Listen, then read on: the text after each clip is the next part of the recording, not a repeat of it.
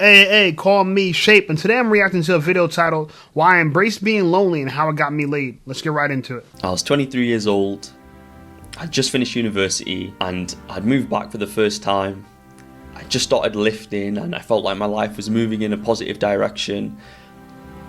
I'd been alone for so long, and I downloaded Tinder, and I was trying to meet people, and I remember swiping on everybody I saw. 8 hours later, I was desperate. I was just so yearning for connection, and I was getting rejection after rejection, and finally someone I liked me back, and I'm trying my best to flirt. I'm trying to say the right things, and I'm trying to get a connection going between us, and then eventually I say, I know the right thing to do is just to pick a date, say this is where I'm going, do you want to join me, let's go do this. I invite her to this bar that's just opened up nearby to where I lived, and she said yes. And I remember thinking, this is it. I've just started working on myself, things are getting better. I've come from a life of just being completely addicted to video games and being introverted. This is it, let's go. So it was, maybe in a week in the future, and I remember the days leading up to it, I had this pit in my stomach. It was just raw excitement. I was so excited that I was finally doing this.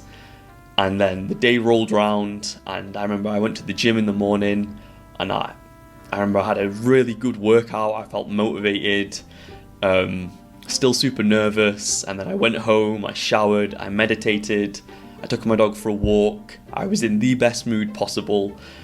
I didn't have many clothes at the time, but I picked out the only available clothes I had that were suitable for a date. I remember I texted her at the start of the day saying, we still on for tonight? She said, oh yeah, this is it, let's go. And I think we were supposed to be meeting at maybe 7 o'clock. I remember leaving my house, and this is it. I'd finally done it. I'd finally made some self-improvement, and I was going on a date with a cute girl that I liked. I get to the bar, it's 7 p.m. She's not there. 10 minutes roll around. Okay. I'm just drinking water at this point. I'm, chewing through gum. I'm walking around, just making loads of different trips to the toilet, just trying to look like I'm not, just trying to look like I'm busy. 20 minutes roll around. 30 minutes roll around. I check my phone, and she texted me. My friend's really drunk. I have to look after her.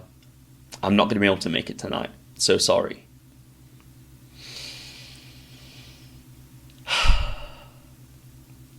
I text her back saying, don't worry, completely understand, but I was gutted.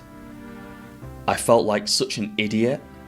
I'd worked myself up so much for this, and I let myself get so excited, and it fell through. And I went home, and it was the saddest walk home. And I got back, and it was only me in the house and my dog. And she could sense something was up, and then I just went to my computer, and I loaded up League of Legends. And I immediately joined the queue. 5 minutes into the game,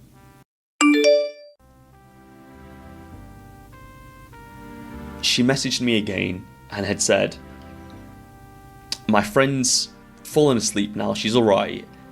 Are you still on for tonight? Do you want to come round? I've got a bottle of vodka, we can share it. The universe handed me a second opportunity at this girl who I was attracted to. Okay, hold on. So the story's getting good. I predict that she's gonna flake on him again. I don't know. I haven't watched the video yet.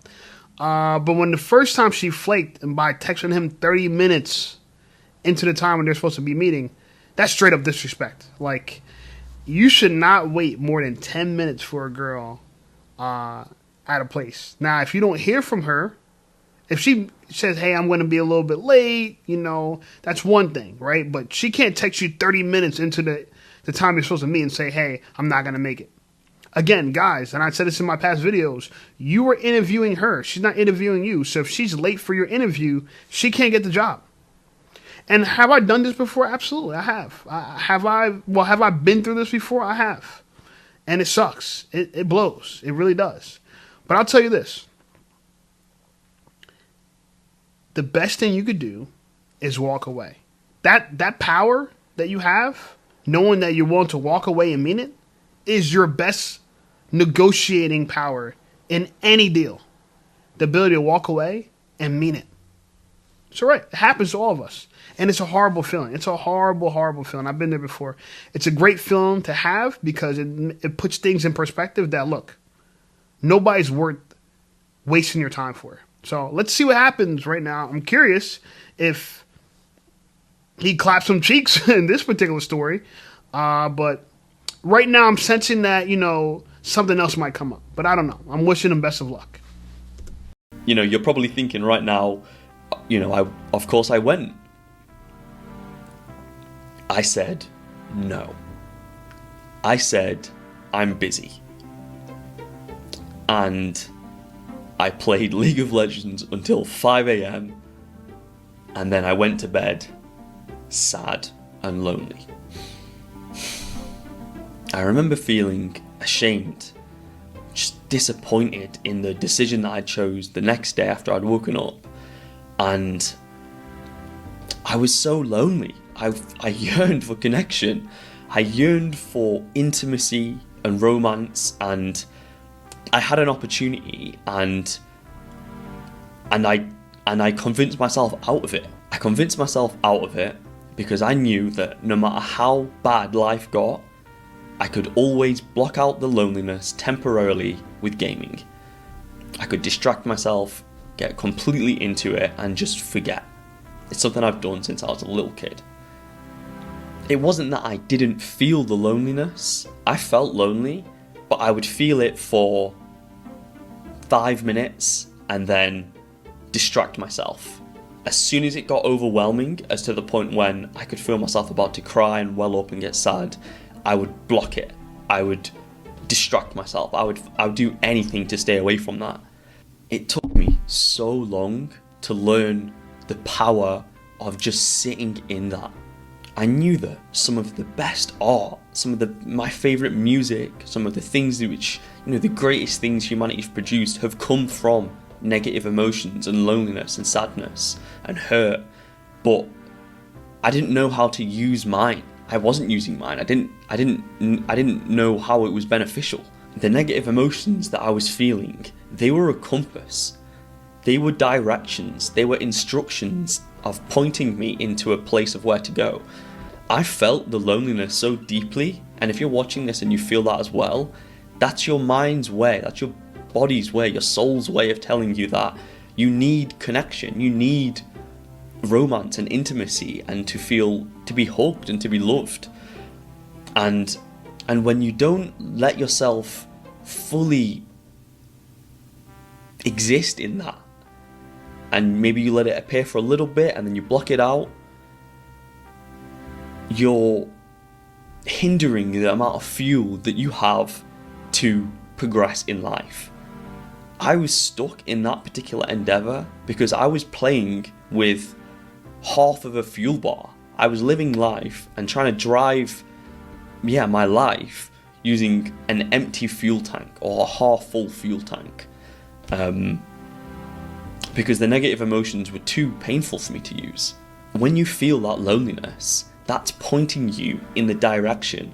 If you numb that pain for whatever reasons you have, you're not going to take that risk. You're going to do exactly what I did when the second opportunity to actually meet this girl rolled around. And when life hands you enough opportunity, you'll convince yourself out of it. You'll say it's not worth it. You'll say it'll only fail anyway. Well, here's the thing. Okay, so I think you have to embrace being alone as a man, right? Because you don't want to be too addicted to yearning for attention, right? You don't want to be too addicted to the female attention, okay? Because if you are, you will suffer because of it, because women will dangle it in front of your face, like, here, you want some of this, you want some of this, and get you to do any kind of ballerina trick they want you to do. I'm really impressed by him, by the fact that he said no. But it seems the second time he had an opportunity to meet with her, but it seems like he regrets it, because ultimately, and this is what happens with men. Men want to just score so bad. They want to beat cheeks so bad. They'll do anything. I don't think he made the wrong choice. And here's why. Again, if she waits 30 minutes into the time that you're supposed to meet up. And by the way, guys, within the first 15 minutes, if she doesn't show, just leave. Don't even ask where she's at. Show up. If you don't hear from her within the first 15 minutes and you don't see her, just be out. Okay? Because she don't respect your time. And it's a power play, trust me. That was a power play she did. And so when she finally contacted him back after 30 minutes for the first opportunity they're supposed to meet, and he said, okay, yeah, that was cool. That's exactly how you're supposed to answer it. But you're supposed to know in the back of your mind, all right, I'm blocking her right after this. Or, okay, let's say if you don't block her, from there, and what I would do, one or two things. One, if you're free to hang out, come over to my place. Now I'm going to put the pressure on you to show up. Because I'm definitely not, I already made my way out and about to come see you. Now it's your turn to come see me. Now, if you live with your parents, I get that. I live alone, so this is the advantage. And by the way, if you're a man, 18, 19, 20, 21, 22, or older, get your own place. It's the quickest way to level up as a man is having your own place. Because you're not a man until you have your own kingdom where whatever you say goes. If you're constantly in everyone else's kingdom where they can tell you what to do, when to shit, when to eat, when to stand, when to sit, yeah, you're not a man yet. Men have a domain, big or small, that they're ruling and controlling. That's my opinion. And they're responsible for it. So they got to pay for it, take care of it, and look after it. So my thoughts are this. He should understand that women don't respect men who they could push around however they want. He should also look at it like there's multiple opportunities to be with women. Just because one girl treats you bad and you miss out on it, you got to have an abundance mindset that you lose one, you can replace one. So long as you have a great character, you take care of yourself, and you're positive. If you're those three things, great character, you take care of yourself, and you're positive, you have an abundance of women. Trust me. I don't care if you're short. I don't care if you're ugly. I don't care if you are Indian. I don't care if you're Chinese. I don't care whatever you think your excuse is. If you're confident, if you take care of yourself, and you're positive, forget about it. I think I just threw confidence in there, but confidence is not a bad thing. So yeah, you could add that into it. But for guys like this, it really comes down to the fact that, you can't. He sounds like he's still desperate to clap cheeks. And the one thing I had to realize as a young lad growing up is that there's always going to be women out there ready to smash. Always. There's always going to be people partying. There's always going to be people trying to have a good time. There's always going to be bars that are open, people getting drunk. There's always going to be opportunity to get laid. But the opportunity for you to improve yourself at an optimal time is always narrowing. And yeah, you can improve your life at 40, 50, 60. It's just not the optimal time. At your 40s, 50s, and 60s, you should be enjoying the fruits of your labor. So I would say, stop playing the games, right? Don't say, hey, women are not showing up for me, so I'm going to play video games. Stop doing that. Instead, work on your purpose, right? If you want to make music and you want to rap, write another song, right? Record a song. If you want to be a clothing designer, design more clothes. If you want to be a streamer, do another stream. If you want to be a YouTuber, make another YouTube video. If you want to be another TikTok star, make another TikTok. Whatever you need to do, focus on your purpose, right? If you're trying to study to get a certain degree, keep studying. If you're studying for a certain certificate, keep studying. Focus on your passion. That's my advice. Hey, I don't deserve it. You'll say, nothing ever works. There's no point trying. Or even worse, like me, you'll say, I never wanted this anyway. You convince yourself that you don't need this thing, because it's less painful to not have it if you don't need it. This is what I said to myself, and it's only after I started using negative emotion that I was able to actually keep taking risks, following that loneliness, that sadness that I have that was pointing me to go and do things. That was the motivation that it took. There's another story of a similar situation after I started to kind of learn this principle, and it went so differently.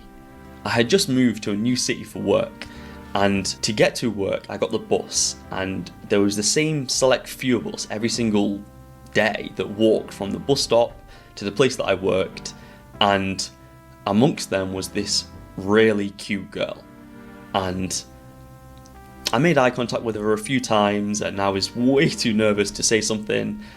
And then on one of the walks I ended up just saying, "You work at such and such place, don't you?" And then obviously she turned around, sort of laughed and said, "Yeah, we're both walking there," but it started the conversation. And we got talking, and then we became like on speaking terms. I wasn't close with her, but when I would see her at the office, I'd smile at her.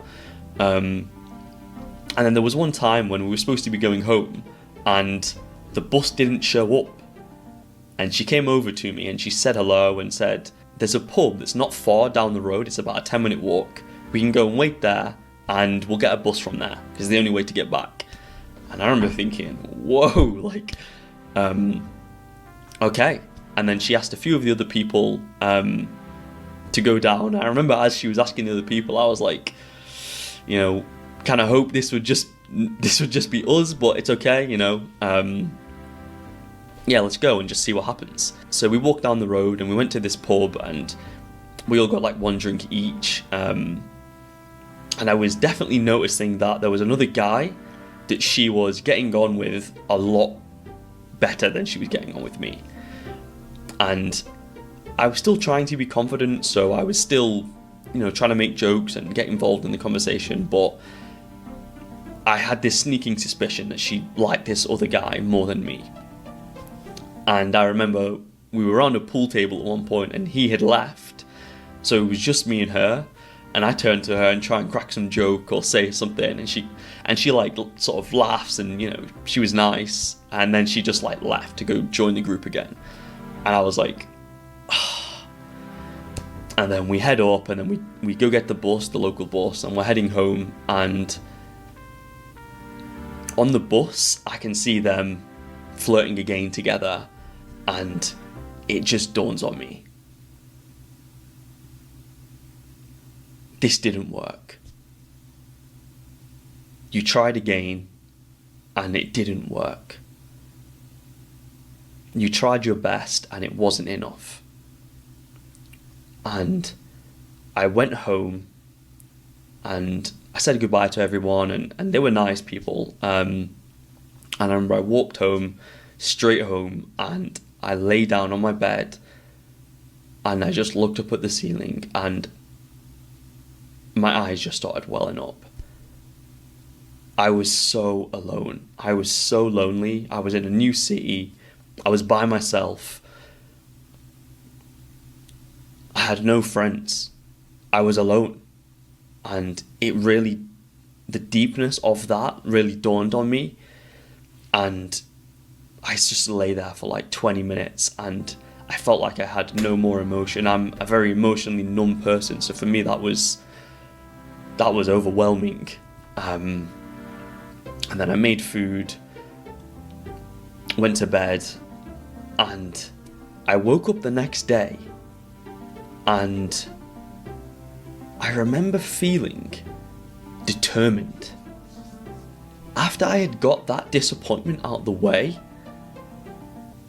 after I had paid attention just to how sad I was, how lonely I felt determined. I felt confident. I had this energy which hadn't existed before. Literally the next day. So I go to work again, I see her, and I say hello and wave at her. I finish the day, I go to the gym, have a great session, go home, and I live near a Tesco. So I was in the Tesco. Okay, before he starts, because he's going into another story, and so far we're what? 12 minutes and 26 seconds into the video. In this video, you know, I know you guys watching with me comment, so it's a little bit longer. Here's the point I'm trying to make, though, overall. Women, okay? Women will make you feel like this. They will give you the feeling that they like you, but really they're just being friendly, right? And he's right. His craving for connection is allowing him to do all this mental gymnastics where he's like, oh, I like her. And I would do this too. I would fantasize about it. I would think a girl likes me, and I would fantasize about her. Oh my God, what would it like to hook up with her, touch her, smack her ass? Oh my God, bend her over. I'd fantasize deeply just to find out the girl had no interest in me, and I was shit out of luck. And I went through this when I was younger. When I was before I became a photographer, I did decent with girls, but not nearly as well. And I'm saying that, so I began photographer when I was in like 25, 26 or something like that. So prior to that, like, I got girls, but not a lot. Maybe like half a dozen or so. After that, after I became a photographer, I was cleaning up. Look, you can check my Instagram. I kept my page public so anyone could see it, but definitely follow me on Instagram and check out the lifestyle I was living. It was wild. But I say that to say that I've been through what he's been through, and it prepares you and teaches you how to deal and handle women.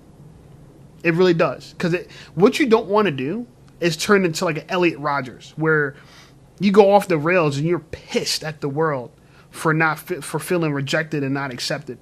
And the reality of it is it just wasn't your time. Just wasn't your luck. It's going to happen. The guy that she liked, that might have happened to him before. Maybe, maybe not. I don't know. But this is not an uncommon thing. And this is why the focus needs to be focus on yourself and improve yourself. Because chasing after women comes with all this, right? Feeling rejected, feeling like she likes someone else more than you. Never having alone time with her. When you do get alone with her, she runs away from you and towards a group. This is what happens. We've all been there, right? Any guy that's in his 30s, 40s, or 50s will tell you this has happened to them. But when you're younger, you don't understand it. You think that I'm going to be lonely forever. I got to do something about it. And it's all in your mind. The reality of it is that the more time you're on this planet, the more opportunities you're going to get. It's just the way it is, especially if you take care of yourself. This guy's a decent looking guy. He shouldn't feel like, oh, I'm stuck. He shouldn't be black pill, like no one wants me. Elliot Rodgers was a decent looking guy. He wasn't an ugly dude, but he went off the rails. He was pissed. This dude is taking energy and he's spinning around. He's going to the gym. He's reflecting, right? He's being introspective. Those are all good qualities. You want to be this way. And the best thing I could say is that if you ever run into a scenario like this, to me, just know other people have been there before too. You are not the first one. You're not going to be the last. It's the rite of passage to be a man, you know? And the sooner you deal with heartbreak and disappointment from women, the sooner you could adapt and become your greatest self. Because I went through it all, man. I went through crying over a girl that broke up with me. This is a girl I lived with, and I wanted to be with her, and I ended up proposing to her before she left and all this other nonsense. But, you know, just being upset, you know. I'm not like crying, like bawling out like a little bitch, you know what I'm saying? But crying in the sense of, like, you know, I was hurt. I was thinking to myself, this is the best I could do. I'm never going to do better than that, right? That's what I was worried about. Like, I'm never going to date a girl that I like as much as her. Come to find out, I dated dozens of girls that I like as much as her, if not more. It's the way of the world. You have to have an abundance mentality because you will get more opportunities. So let's hear a little bit more what he has to say, and I'm going to wrap this whole thing up. And there was this cute cashier who I would, you know, make eye contact with a few times, but, you know, I'd never speak to her. I'm in a supermarket. I'm a shy introvert, you know. I'm never going to speak to this person. And then I'm going around and getting my shopping, and I remember seeing her. She was getting some shopping of her own. She must have just finished her shift. And she looked at me and smiled. And I looked and I smiled. That was it. And I left the aisle. And I walked to a random aisle for stuff that I didn't even need. I walked to the bread section, and I definitely already had bread, just to avoid her. And then I remember like walking to the self-checkout, and I saw her again. I saw her in one of the aisles as I was walking down, and she looked at me again. And I thought, this second time she hands me this indication that I should go over and say hello, I am not fumbling this time. No way. So I looked her right in the eyes, I walked over, and I said hello. I was like, you work here, don't you? She was dressed in a Tesco uniform, and she'd serve me, but I was making conversation. I didn't know what to say. And she goes, yeah, and you know, she's smiling. I ask her name, and you know, she's from the area, because since I had just moved there for work. And I remember asking her, where the sponges and the dish soap were. And she goes, oh, don't worry, I'll show you. And then we walk over there, and then, you know, she shows me where they are.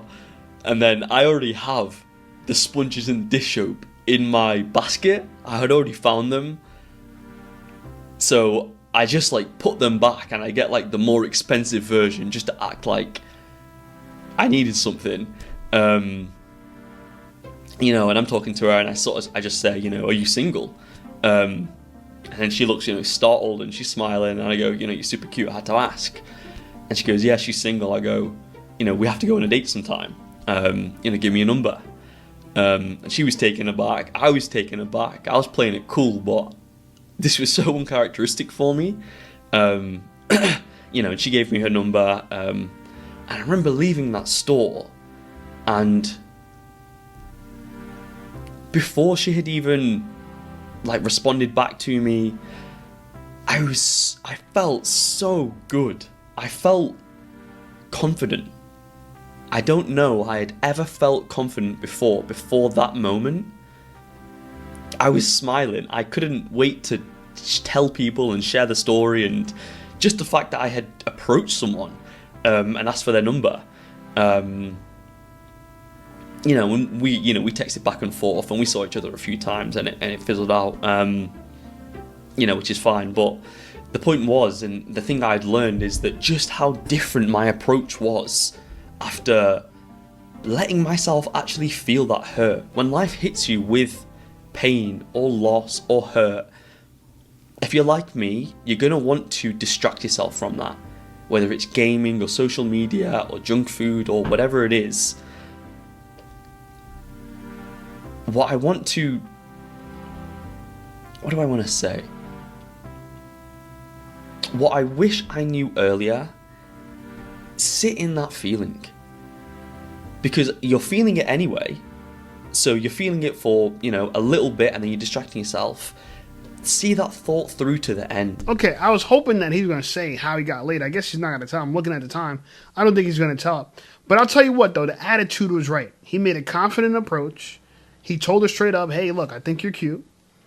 And she gave him his number, and it texted, and it fizzled out, and that happens. Right? But it's the law of averages. You do that often enough, you're going to get success. The problem is that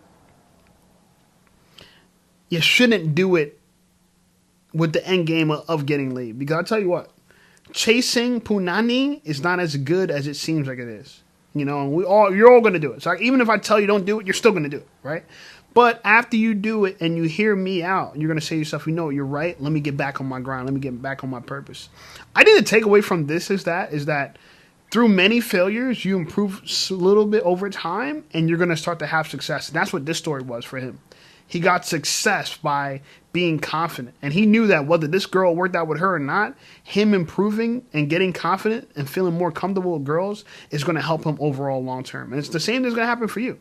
The more you get used to talking to girls, dealing with rejection, being alone, being disappointed, the better it is. And that way you don't take anything personally. You don't get mad at the girl for rejecting you.